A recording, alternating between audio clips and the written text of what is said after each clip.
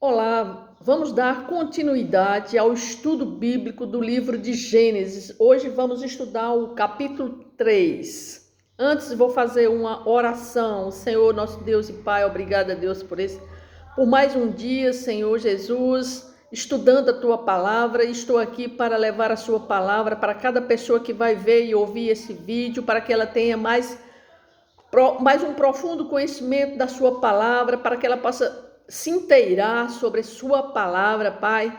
Pai, no nome do Senhor Jesus Cristo, eu te peço, Senhor, que o Senhor nos dê revelação da sua palavra neste dia, é o que eu te peço em nome de Jesus. Amém.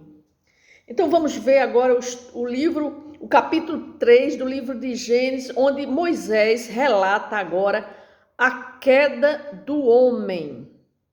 Aí ele começa assim: Mas a serpente, a mais sagaz que todos os animais selváticos que o Senhor Deus tinha feito, disse à mulher. Então Deus aqui criou todos os animais, entre esses animais criou a serpente. O nome serpente, quem classificou todos os animais, dando-lhes nome, foi Adão. Então, o nome serpente, que significa astuta, foi dado a esse animal. Acredita-se que a serpente, antes da queda do homem, ela não era da forma como ela hoje, que rasteja na terra. Mas acredita-se que ela tinha outra formação, ou seja, outra aparência, como se ela estivesse andando sobre duas pernas. Então, ela diz à mulher, ela escolhe agora Eva para levar uma proposta. Por que ela não vai diretamente a Adão?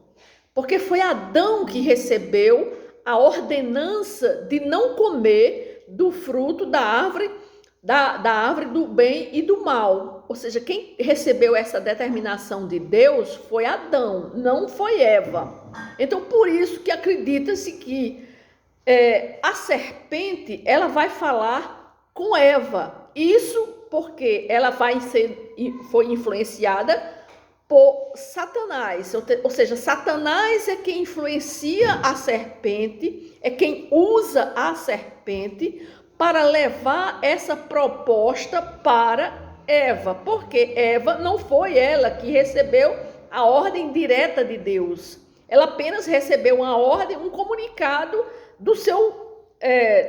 de Adão, do seu companheiro Adão.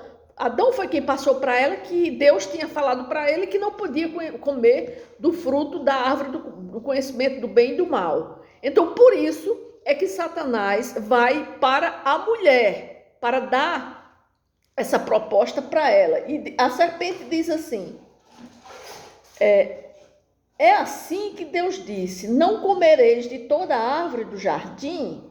Respondeu-lhe a mulher, do fruto das árvores do jardim podemos comer, mas do fruto da árvore que está no meio do jardim, disse Deus, dele não comereis, nem tocareis nele, para que não morrais.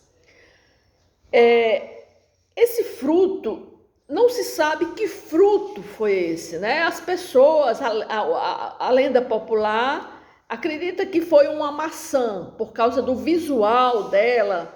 Talvez tenha sido uma maçã por causa da aparência, da suculência da fruta. Então, isso poderia chamar mais a atenção de Eva. Mas não se sabe que fruto foi esse. Apenas a palavra de Deus diz que foi um fruto. Então, ela diz assim, a serpente disse, no versículo 4, então a serpente disse à mulher, é certo que não morrereis, porque Deus sabe que no dia em que dele comerdes, se vos abrirão os olhos, e como Deus sereis conhecedores do bem e do mal. Então, Satanás, ele já começa, porque Satanás, ele tem ódio de Deus. Então, ele vai usar a criação de Deus para se voltar contra o próprio Deus. Porque a gente vê que a queda do homem, né, é um momento registrado aqui na palavra de Deus, em que Adão e Eva, eles desobedecem a Deus.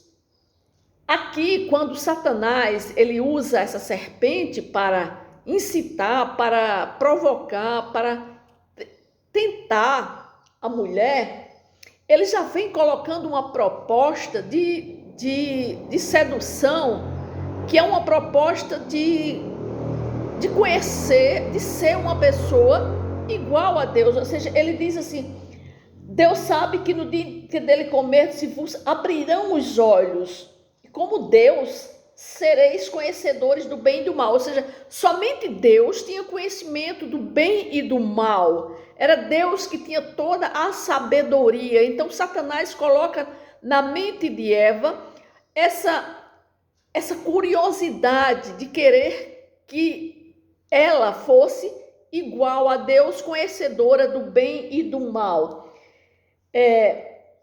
No versículo 6 diz assim, vendo a mulher que a árvore era boa para se comer, então, se a árvore, se esse fruto dessa árvore era bom para comer, então por isso que a lenda popular acha que esse fruto tenha sido a maçã, por causa da aparência dela, porque ela é uma fruta boa para se comer. Aí diz assim, agradável aos olhos e árvore desejável para dar entendimento, tomou-lhe do fruto e comeu. Ela, Eva, toma esse fruto e come e dá também ao seu marido.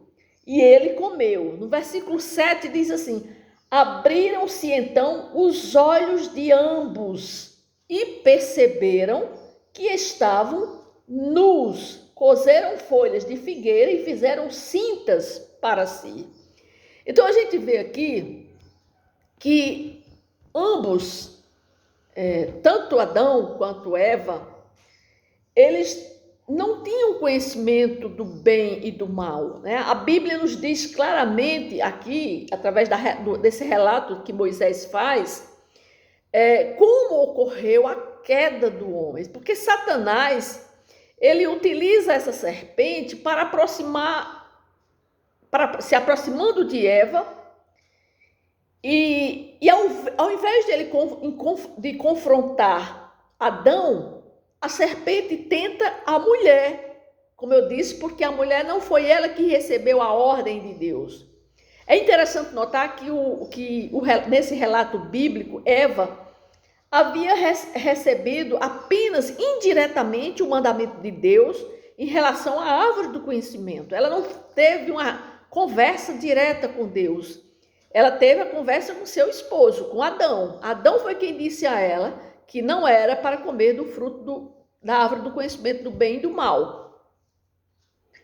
Então, esse relato nos detalha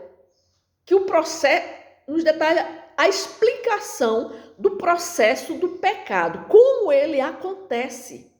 Ou seja, primeiro vem a sugestão para duvidar da palavra de Deus. Ou seja, quando a serpente, usada por Satanás, ela fala com a mulher, ela vem dar àquela mulher uma dúvida com relação ao mandamento de Deus que falou para o marido, para Adão, a respeito daquela árvore. Ou seja, a sugestão de duvidar da palavra de Deus. É assim que acontece com o processo do pecado, também conosco. Quando o pecado vem para nós, a primeira coisa que o processo do pecado faz é fazer com que nós duvidemos da palavra de Deus. Assim também foi com Eva. Ela duvidou da palavra de Deus. Depois acontece o famoso, isto não tem problema, onde a palavra de Deus foi desacreditada. Ou seja, a serpente, ela lança na mente de Eva o quê? Uma sugestão de que isto não tem problema, se você comer desse fruto, não vai lhe fazer nenhum mal, ao contrário, você vai ter conhecimento do bem e do mal.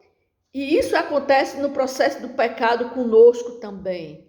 O pecado, quando Satanás ele lança mão do pecado na nossa vida, ele também diz, isto não tem problema, não? não tem consequência, mas só que a consequência é a autossuficiência que toma conta do coração do homem, resultando por isso na desobediência. Por quê? O homem se acha autossuficiente, então ele começa a pensar que o que ele fizer não vai ter nenhuma consequência. Foi assim com Eva. Eva pensou que comendo daquele fruto, ela não ia estar desobedecendo a Deus. Então, a sequência da tentação foi basicamente a mesma de qualquer pecado cometido por cada um de nós. Sob esse aspecto, nós podemos observar, perceber que o pecado ele já havia dominado Eva, antes mesmo dela comer o fruto. Ou seja, quando ele lança as suas palavras para ela, o pecado já estava dominado. Ao estender as mãos em direção àquela árvore e tirar o fruto, ou seja, se for uma maçã ou outra fruta, já havia a intenção no coração dela do pecado. Porque ela foi apenas, quando ela morde o fruto, ela apenas faz a consumação do pecado, do ato. Mas o que estava no seu coração já estava, o coração dela já estava dominado pela curiosidade de saber do que se tratava aquela árvore, aquele fruto, do bem e do mal. Então, continuando a palavra de Deus, no versículo 8 diz assim: quando ouviram a voz do Senhor Deus, que andava no jardim pela viração do dia, esconderam-se da presença do Senhor Deus. Ou seja, está dizendo aqui que Deus, todos os dias, ele vinha visitá-los. Na viração do dia, ou seja, no final da tarde, Deus vinha visitar aqueles dois seres que tinham sido criados por ele. Mas quando eles notaram a presença de Deus, o que é que eles fizeram? Eles se sentiram diferentes. Eles agora estavam diferentes, porque eles tinham feito o pecado. Ela comeu do fruto, deu a ele, a Adão, ele comeu. E agora Deus, quando chama, no versículo 9 diz assim: chamou o Senhor Deus ao homem e lhe perguntou: onde estás? Ele respondeu: ouvi a tua voz no jardim, e porque estava nu, tive medo e me escondi. Então, quando ele diz estava nu, então aquele conhecimento do mal, do bem e do mal, já estava presente nele. Aí ele diz assim, perguntou-lhe Deus no 11, quem te fez saber que estavas nu? Comeste da árvore de que te ordenei que não comesses? Então disse o homem, a mulher que me deste por esposa, ela me deu da árvore e eu comi. Ou seja, quando Deus faz a pergunta para Adão, ele não sustenta que foi ele mesmo que comeu por livre e espontânea vontade. Mesmo que a mulher tivesse dado a ele, mas ele não responde. Ele coloca a culpa na mulher e diz assim, a mulher que me deste por esposa, ela me deu da árvore e eu comi. Então, questionado por Deus, o comportamento desse primeiro casal, porque ela também vai dizer que a culpa não foi dela, foi da serpente. Continuando no versículo 13, disse o Senhor Deus à mulher, que é isso que fizeste? Respondeu a mulher, a serpente me enganou e eu comi. Ou seja, Adão coloca a culpa em Eva e Eva coloca a culpa na serpente. Ou seja, ambos não admitem que eles erraram. Sempre tem um culpado e assim também na nossa vida. Sempre nós estamos querendo culpar algo que nós fazemos, pecando contra Deus, mas dissemos que pecamos por algo, por alguém. Ou seja, a culpa sempre são de outras pessoas, né?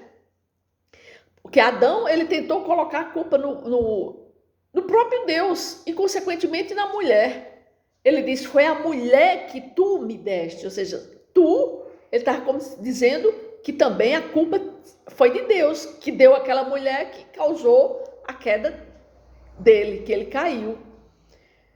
Eva, por sua vez, ela joga a culpa na serpente, né? E esse comportamento ainda continua sendo o mesmo hoje, pois sempre nós tentamos buscar justificativa para os nossos erros. Então nós precisamos aprender que Deus perdoa pecados e não justificativas. Não adianta nós tentarmos justificar os nossos pecados, porque Deus não aceita justificativas.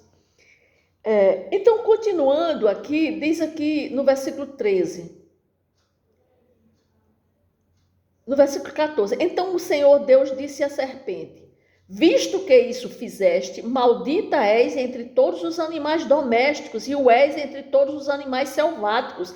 Rastejarás sobre toda a terra, sobre o teu ventre, e comerás pó todos os dias da tua vida. Então essa foi a determinação de Deus para aquela serpente.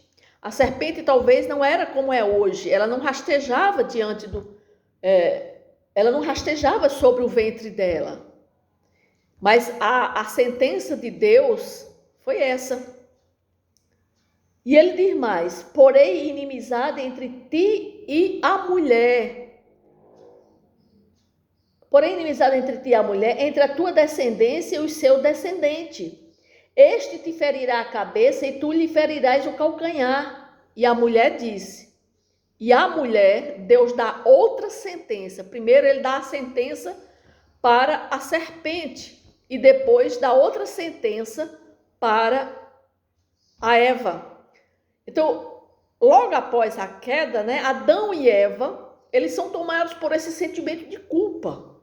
Rapidamente eles foram avisados da separação que o pecado causou entre eles e Deus. Ou seja, eles tomam conhecimento que houve agora uma separação entre Deus e eles.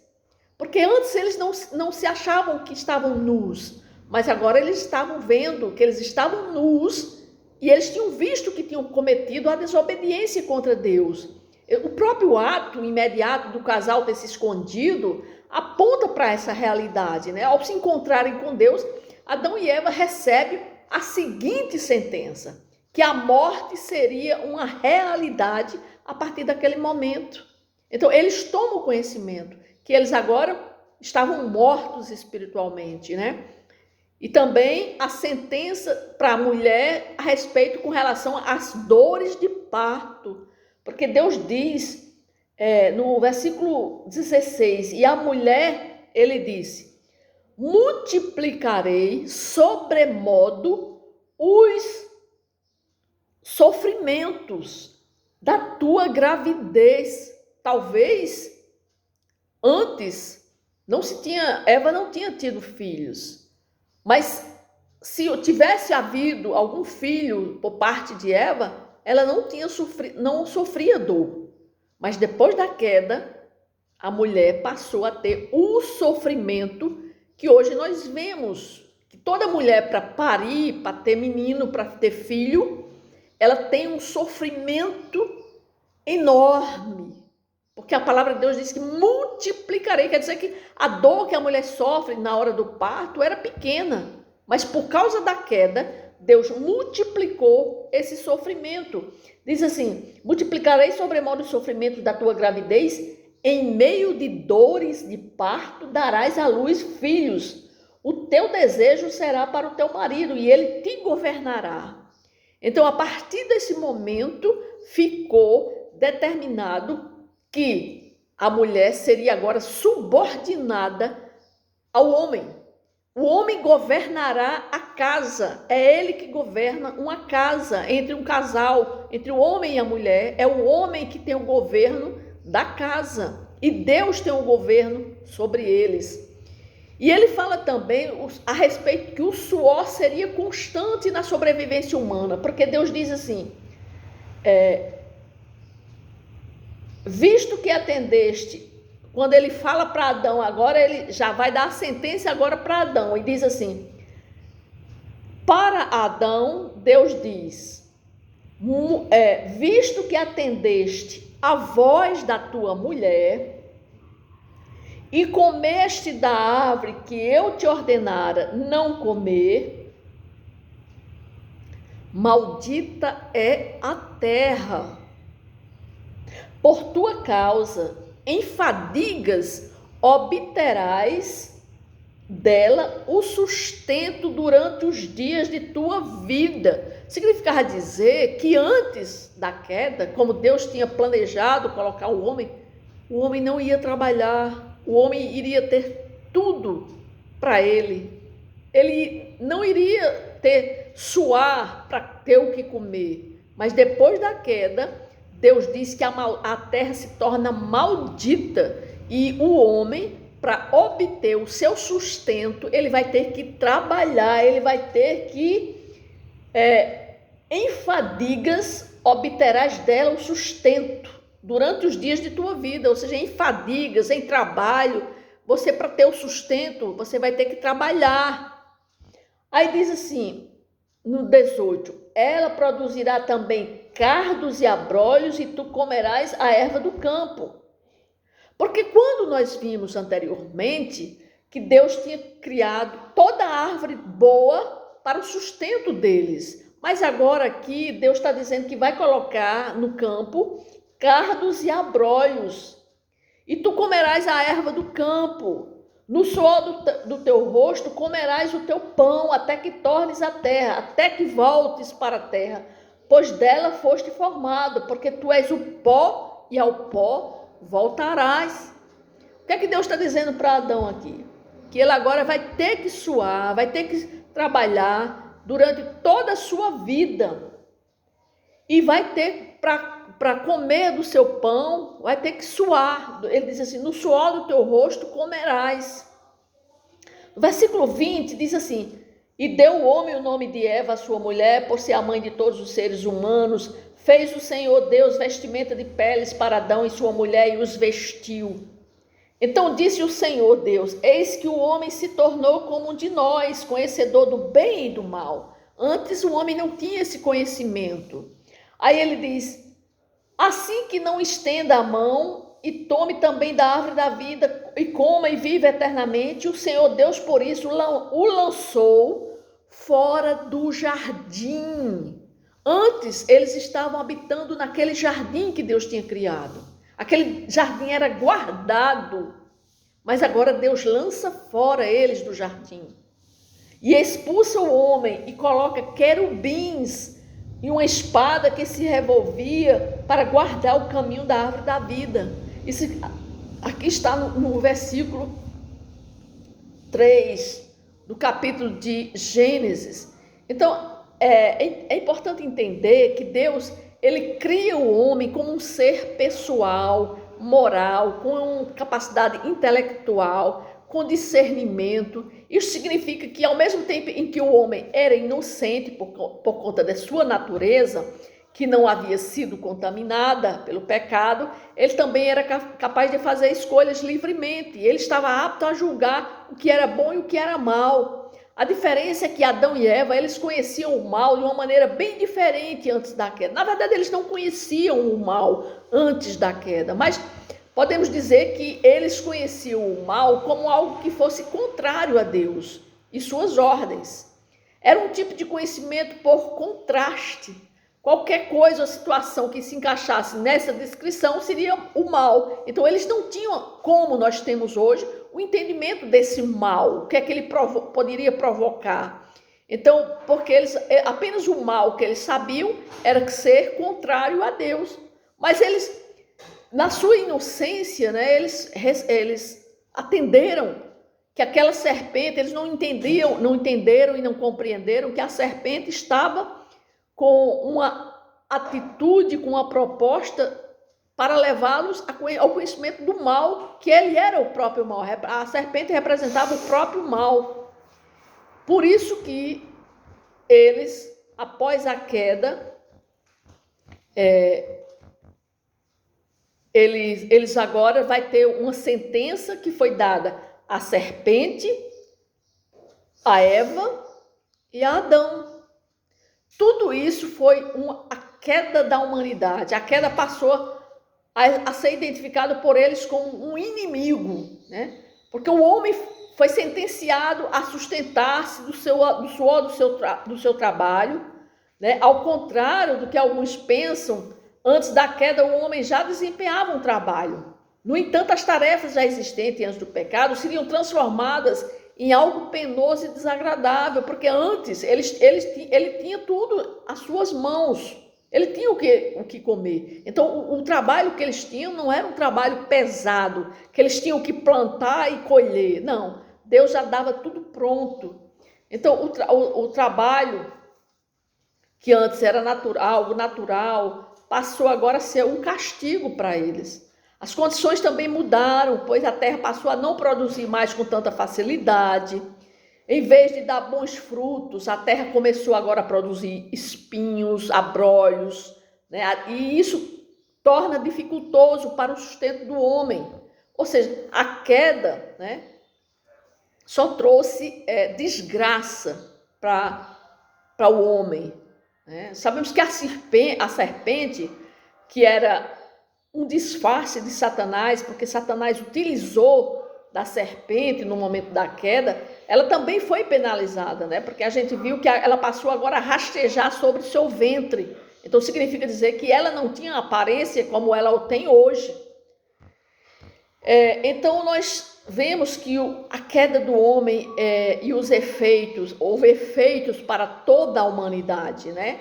Então no último versículo do capítulo 3, nós lemos que eles foram impedidos de se aproximarem novamente da árvore da vida, porque Deus coloca eles agora fora do jardim do Éden. Então, na queda do homem, né, com Adão, todos pecam. Então, isso significa dizer, quando Deus expulsa eles do paraíso, significa que todo ser, toda pessoa que nascer na face da terra, agora traz como consequência esse pecado.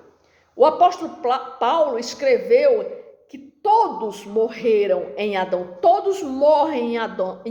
Em 1 Coríntios 15, 22, Paulo diz que todos morreram por causa de Adão, ou seja, todos que nascem, já nascem mortos espiritualmente. Significa que o homem já nasce contaminado pelo pecado, e é exatamente esse conceito que alguns estudiosos chamam de pecado original, porque é derivado da raiz da humanidade, ou seja, toda a humanidade teve consequência por causa desse pecado. Então, todo indivíduo que nasce com ele nasce trazendo em si esse pecado, né?